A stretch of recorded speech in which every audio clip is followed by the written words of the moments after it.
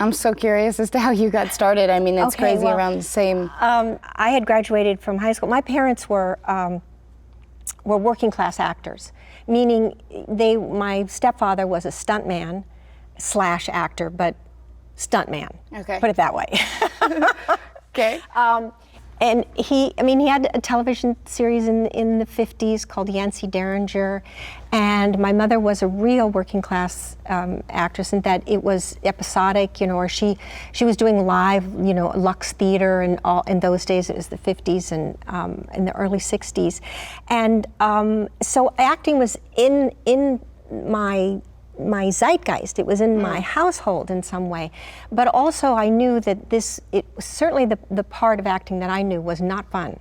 It was not a glamorous world. Sure. It was where you had a life one day and then the next day literally it was all repossessed, which happened to me, my family, more than once. And the show was ripped out from under my stepfather. And when he thought, oh boy, we've hit the jackpot now, and so we just didn't have the way to keep that up. So they'd come and get the car, and we'd have to sell the house, and it was interesting. But my mother had been put under contract to Paramount when she was very young, before I was born, and she had in those days when you're under contract, you were sent to the studio and you were given elocution lessons and all, to talk like Jean Arthur or whoever the flavor of the month was. Wow. But the good news was she got to study acting with Charles Laughton, who was arguably or not one of the great film actors or actors altogether of all time.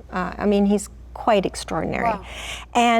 And so she was doing real work with him, and they were doing, the classics in a little theater in Hollywood where she was doing Cherry Orchard and Ibsen and just stuff that stayed in her.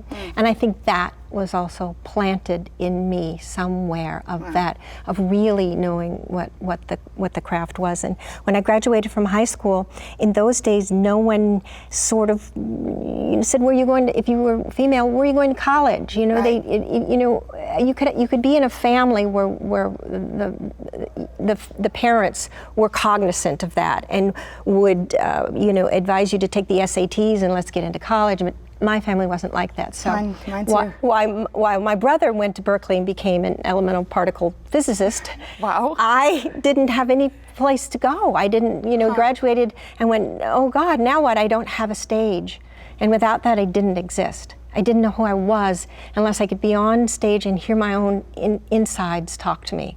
And when I was off the stage, I lost the ability to hear my own self, my own voice, because I was in a world of the early 60s, the late 50s, where I had to be so rigidly a certain way. And so the only place I knew of, I'd never been out of the state or on an airplane or anything.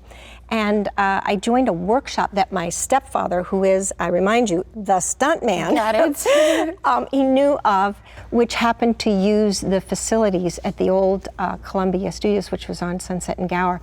They just somehow used the facilities at night. And it was, even then, I knew it was a really, I don't want to say that, it was, I was lucky to get in and it was helpful, but I knew the work I was doing in high school was more to the point.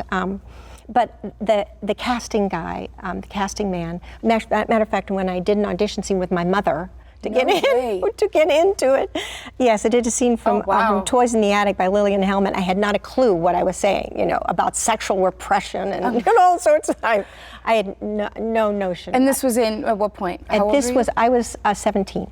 Okay, wow. I was 17, and so it was 1964, and I got into the workshop, and they were a lot of casting people who were watching the audition scenes, and the casting man came out the next day and asked me if I wanted to come on an interview. And I was like, yeah, sure, I'll come on an interview. And so I went on that interview, and I went on interview after interview after meeting after meeting after meeting for the whole summer. And at the end of the summer, it was for a television series called Gidget. And I got it, so it was like, bam. That's amazing. And I was 17, so it was right before my 18th birthday. Wow. So everything changed.